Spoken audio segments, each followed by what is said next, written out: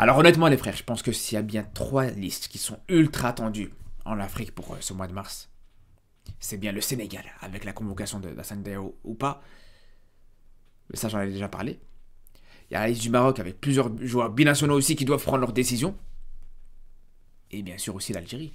L'Algérie aussi qui est considérée par plusieurs situations avec des binationaux, pareil, qui pourraient choisir l'Algérie ou pas, des joueurs qui pourraient revenir et faire le retour en sélection, des joueurs qui pourraient être retirés de la sélection aussi algérienne. Et c'est pour ça que dans cette vidéo, les gars, pour moi, je vais vous donner plusieurs noms qu'il faut absolument convoquer dans cette équipe d'Algérie, mais aussi certains noms qu'il faudrait retirer, qu'il faudrait absolument lever.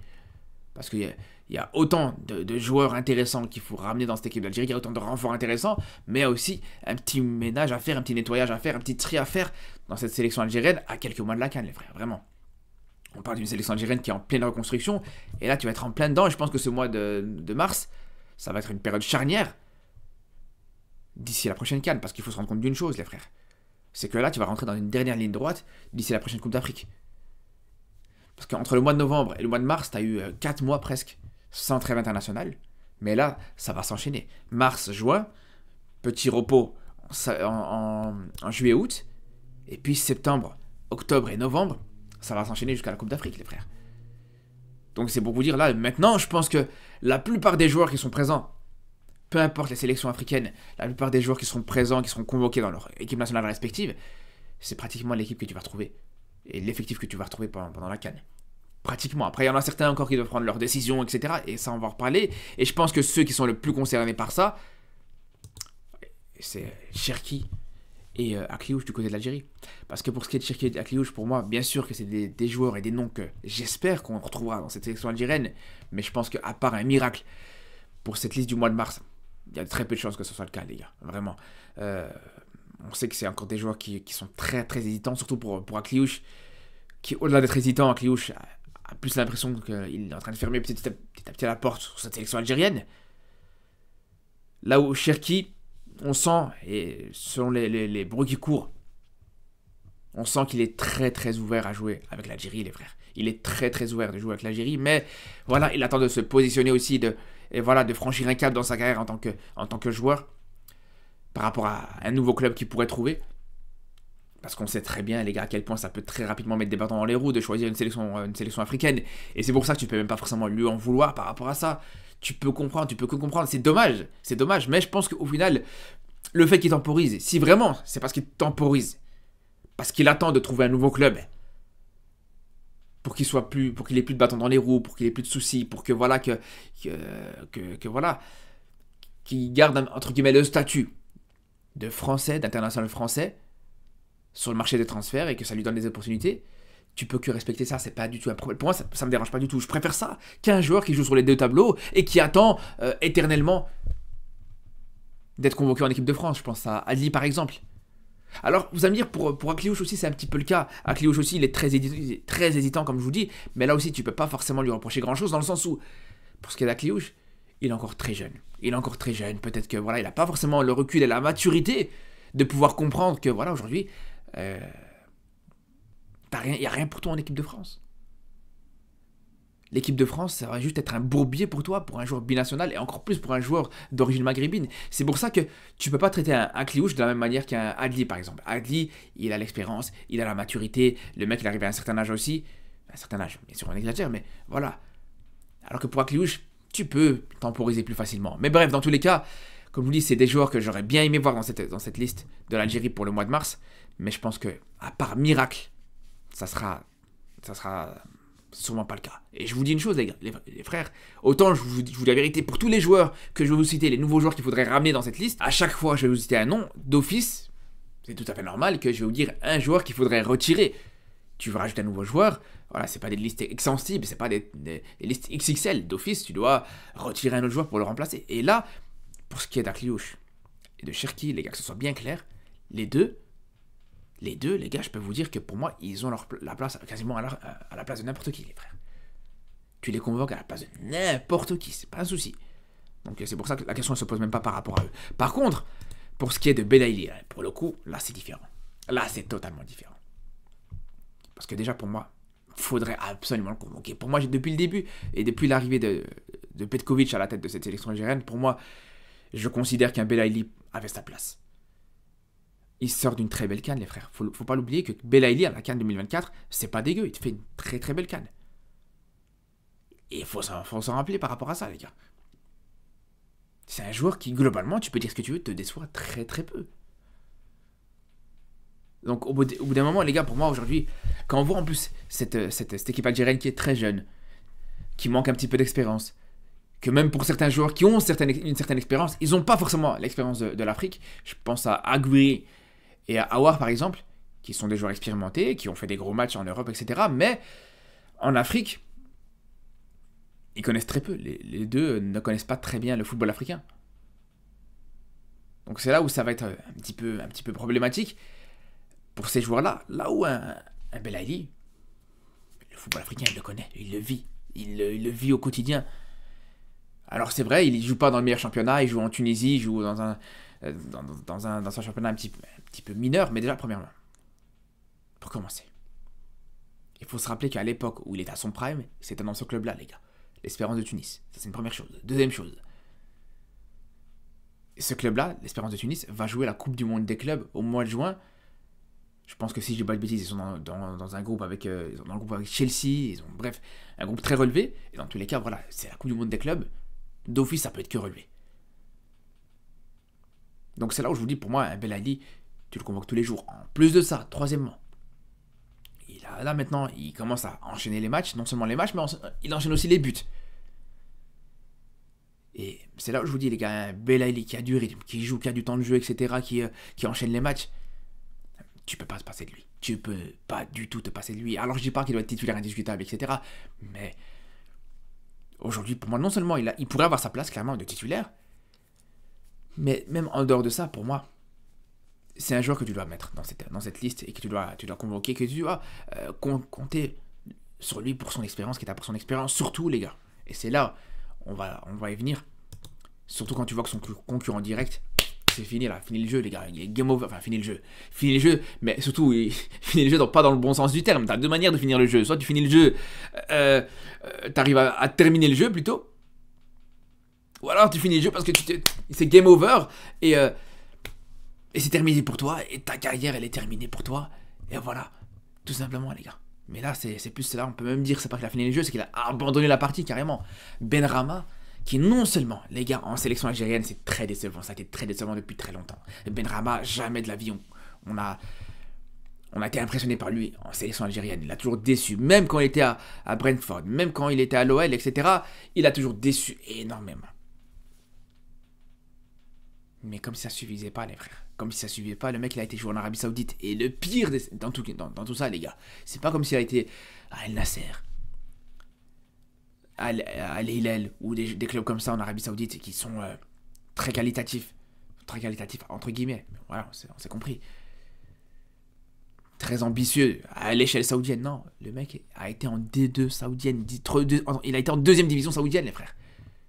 Donc c'est fini pour moi à partir du moment déjà où un joueur qui joue en Europe, il s'exile au Qatar, en Arabie Saoudite, dans ce genre de championnat, pour moi déjà de base c'est très compliqué, à part si c'est un joueur au-dessus du lot, si c'est un joueur exceptionnel. Un Mahrez par exemple, c'est l'exemple parfait.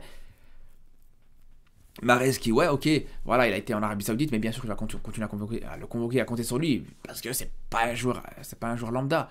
Pareil pour un Aouar aussi, voilà, tu sais que c'est un joueur de qualité, etc. Même si, attention, Aouar pour moi c'est pas non plus totalement, c'est pas totalement imbougeable non plus, c'est pas totalement indiscutable, faut le dire les gars.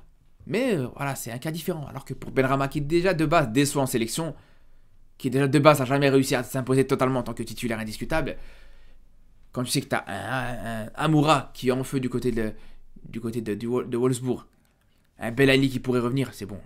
Benrahma, merci pour tout, mais je pense que t'es obligé de t'arrêter de compter sur lui. Après, pour un autre joueur aussi. Un autre joueur que, là, pour le coup, il n'y a aucun débat. Peut-être l'un des seuls joueurs algériens, avec Ben Sebaini qui joue cette Ligue des Champions, qui est encore qualifié en Ligue des Champions d'ailleurs. Même si je pense que cette qualification, elle va commencer à devenir très compromise. Mais voilà, déjà là, il arrive en 8e de finale de cette Champions League.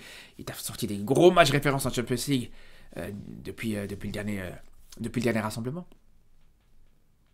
Un but contre City, un but contre le Sparta Prague, un but contre Salzbourg. Il a quand même 3 buts en Champions League, des matchs références en Champions League, un match contre City exceptionnel.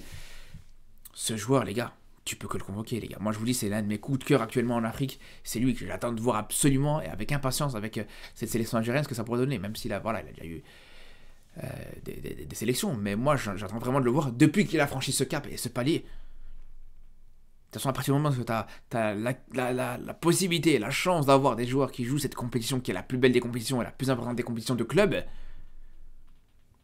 tu peux avoir n'importe qui là aussi à sa place. C'est pas un problème. Tu le convoques obligatoirement. Après, celui que je retirais à la place de Hadji Moussa, je partirais sur un... Ça dépend. Honnêtement, ça dépend parce que tu as plusieurs joueurs plus ou moins du même profil. Quand je dis du même profil, c'est des jeunes joueurs prometteurs qui ont pas encore retrouvé leur place en équipe nationale. Je pense bien sûr à Mazza, Ibrahim Mazza. Je pense à Belloumi. Et je pense à Chiara. Le petit Chiara qui joue en Égypte. Voilà, c'est 3 joueurs qui, pour le coup, voilà, sont dans le même registre du jeune joueur qui manque un peu d'expérience, etc. Et pour le coup, celui que je retirais pour mettre Hadji Moussa, c'est clairement Chiara, qui lui joue dans un championnat un petit peu moins, enfin, même beaucoup moins relevé. Là où tu as un Belloumi qui joue en Angleterre, là où tu as aussi un Mazza qui joue en Allemagne, alors pas forcément dans les meilleurs clubs, pas dans les meilleures divisions, mais qui joue quand même faut le faire, les gars, en Championship, en D2 allemande, c'est pas rien, les gars, vraiment. C'est pour ça que, voilà, pour moi, ces deux-là, tu y touches pas, mais pour ce qui est de Chiara, moi je pense qu'il doit sortir, il n'y a pas débat, les frères. T'as un joueur qui joue dans le championnat saoudien, dans le championnat plutôt égyptien, pas forcément dans le meilleur club en plus de ça, et un autre joueur qui est en 8ème de finale de Ligue des Champions. Le débat, il est vite clôturé, les frères, tout simplement. Et ça, je vous dis la vérité, ça, c'est un joueur que j'attends de voir avec impatience. Et je vais même aller plus loin, les gars. Et ça, on va en reparler quand la liste, elle va sortir. Mais au-delà du fait qu'il faut convoquer Hadji Moussa, pour moi, c'est même un joueur que tu dois compter sur lui, peut-être même en tant que titulaire. S'il faut faire sauter Mahrez, il n'y a pas de problème. Même si Mahrez, il revient très bien sur les derniers matchs. Mais voilà, je pense que un Mahrez, faudrait pas forcément compter sur lui en tant que titulaire indiscutable, faudrait pas forcément compter sur lui comme seul joueur, seul leader technique à qui tu confies les clés du camion, à qui tu as toute cette équipe algérienne qui repose, clairement. Et je pense que c'est le moment de faire cette transition, et c'est le moment justement, entre le mois de mars et la prochaine CAN, où tu auras pratiquement 9 mois d'ici la compétition et le début de la compétition, c'est le moment à ce que ce genre de joueur prenne de l'expérience, engrange de l'expérience en Afrique. Après, voilà, s'il s'impose pas, il s'impose pas. À ce moment-là, tu pourrais repenser à faire remettre Mahrez titulaire. Mais là, pour l'instant, vraiment, on en reparlera de toute façon pour la titularisation de Hadji Moussa. Mais dans tous les cas, les frères, ce que je vous dis, c'est que sa place dans les joueurs convoqués, elle est indiscutable. Un autre joueur, les gars, que pour moi, je convoquerais sans hésitation, c'est Bentaleb. Alors, ok, c'est vrai qu'il revient d'une situation compliquée. Il revient, on peut le dire, les gars, sans manquer de respect, avec tout le respect, bien sûr, que je vais dire ça, mais il revient presque d'entre les morts. Et d'ailleurs, je profite de l'occasion pour vraiment lui souhaiter un bon retour, parce que franchement, son histoire, elle m'a vraiment beaucoup touché. Et je pense que n'importe quel être humain, n'importe quel musulman peut que être touché par cette situation-là. Le mec, il a vraiment combattu la mort, les frères, pour revenir, et pour non seulement revenir en bonne santé, mais surtout revenir sur les terrains. Mais franchement, j'ai un respect immense pour Bentaleb. Clairement. Pour le mec en plus de ça qui revient et à peine le mec qui revient à peine il fait son retour sur le terrain, qui va juste derrière marquer avec le LOSC. Non, tu peux que respecter ça. Mais en dehors de ça, bien sûr, tu vas pas le convoquer que pour ça. Et là où justement il y en a qui pourraient se dire ouais, c'est un peu risqué, le mec il vient à peine de revenir, il manque un petit peu de rythme, est-ce que le fait de le convoquer c'est pas un peu risqué? Attention, je dis pas que si tu le convoques tu vas faire de lui directement un titulaire indiscutable, le faire jouer, non, c'est pas ce que je dis. Pour moi, si tu le convoques avec une certaine forme de gestion, pour qu'il intègre le groupe, qu'il réintègre plutôt le groupe, et qu'il soit présent d'ici la prochaine CAN, et pour que, voilà, je vous dis, préparer ce groupe-là autour de lui aussi. Enfin, en tout cas, ce milieu de terrain autour de lui, parce que malgré tout, voilà, c'est un joueur qui a énormément de qualité, c'est un joueur qui, pour moi, a sa place de titulaire. pourrait avoir sa place de titulaire. Et le seul joueur que je ferais sauter à sa place, ce serait Zorgan, les gars. Clairement, Zorgan, pour moi, les gars, j'ai jamais été fan de ce joueur-là. C'est un joueur qui... C'est pas que c'est pas un mauvais joueur non plus, mais au niveau de la concurrence, et au niveau des attentes et des ambitions de cette équipe algérienne, pour moi, Zorgan, c'est un petit peu celui qui... qui est un petit peu plus limité.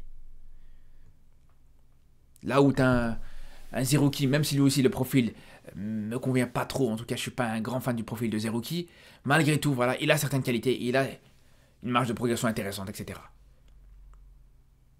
Mais dans tous les cas, je vous dis, dans cette liste des convoqués, dans les 26 joueurs, Ben Salem doit faire son retour. Ça, c'est pour moi une certitude. Pas forcément dans le 11 directement, comme je vous dis, voilà, ça sert à rien de trop vite le solliciter, de trop le sursolliciter dès son retour de blessure, enfin de maladie pour le coup. Mais dans les convoqués, il doit y être. Un autre joueur aussi algérien, bon, là pour le coup, je ne vais pas forcément me mouiller énormément parce qu'il était déjà présent dans la dernière liste, mais c'est Abdelli. Abdelli qui, clairement, actuellement, ce qu'il fait du côté d'Angers, c'est complètement exceptionnel, les frères. Le mec, il a 6 buts actuellement du côté d'Angers. C'est l'un des meilleurs dribbleurs du championnat. Réussir à enchaîner des performances et des masterclass comme ça en jouant dans un club d'Angers qui est très limité, c'est trop fort. Vraiment, c'est trop fort. Et c'est marrant parce qu'il y a un autre joueur du côté d'Angers aussi. Quand je vous disais qu'Abdelli faisait partie des meilleurs dribbleurs de ce championnat, il y a un autre joueur du côté d'Angers, algérien aussi, qui fait partie des meilleurs dribbleurs, c'est tout simplement Farid Melali. Alors Farid Melali aurait pu être convoqué pour moi, et je pense que si même il est présent dans cette liste, c'est pas totalement choquant. Là aussi, si tu retires, ouais, peut-être un Maza ou un Belloumi, à voir. Mais je pense que pour ce qui est de Farid Melali, ça va se jouer entre lui et Belaïli pour le coup. Mais je partirais plus sur un Belaïli qui a cette expérience, comme je vous dis, du football africain, etc., que sur un Belaïli actuellement qui, même si Belaïli c'est monstrueux au niveau de qualité technique, au niveau des dribbles et tout ça, c'est vraiment le deuxième meilleur dribbleur de Ligue 1. Mais en termes de but, en termes d'efficacité, c'est moins bon. Là où Abdelli, pour le coup, c'est très fort, les frères. Parce que je vous dis 6 buts en Ligue 1, mais en tant que milieu de terrain, les frères. Le mec joue en numéro 10.